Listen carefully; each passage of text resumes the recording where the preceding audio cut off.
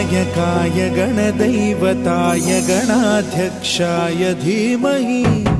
गुणशरीराय गुणमण्डिताय गुणेशानाय धीमहि गुणातीताय गुणाधीशाय गुणप्रविष्टाय धीमहि एकदन्ताय वक्रतुण्डाय गौरीतनयाय धीमहि गजेशानाय भालचन्द्राय श्रीगणेशाय धीमहि